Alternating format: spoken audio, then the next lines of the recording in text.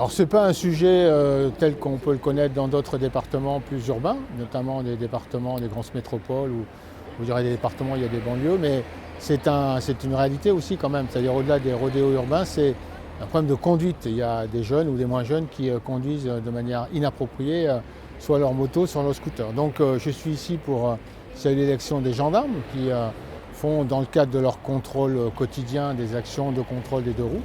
Et je voulais rappeler aussi les consignes que le ministre de l'Intérieur a données à tous les préfets de mener une action déterminée pour lutter contre ce phénomène de rodéo, donc de mener des opérations de contrôle.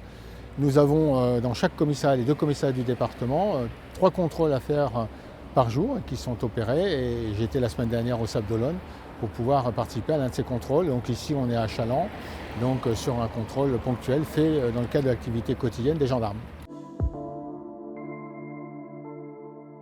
Elle est inquiétante, on avait eu de bons chiffres l'année dernière, on avait eu 33 décès sur la route contre 43 l'année précédente. Et à l'heure actuelle, à l'heure où je vous parle, nous avons 31 décès. Donc c'est beaucoup trop. Et surtout sur ces 31 décès, nous avons 15 utilisateurs de deux roues. Et sur ces 15 utilisateurs de roues, nous avons 4 cyclistes malheureusement qui sont décédés. Et les autres, c'est 11 conducteurs, soit de moto, soit de scooter. Donc c'est une cible particulière. Nous menons une action, bien sûr, de contrôle, mais une action de prévention. Nous multiplions les opérations avec les gendarmes de conduite apaisée, de reprise de guidon. Donc il y a vraiment, c'est une cible prioritaire. C'est un message que moi j'adresse, que j'avais adressé au début de la saison estivale. On avait bien ciblé cette catégorie de population, de conducteurs, qui est très vulnérable et qui malheureusement paye un lourd tribut à l'insécurité routière, à la mortalité routière. Là, je renvoie la responsabilité des élus, que ce soit les maires ou les présidents d'intercommunalités.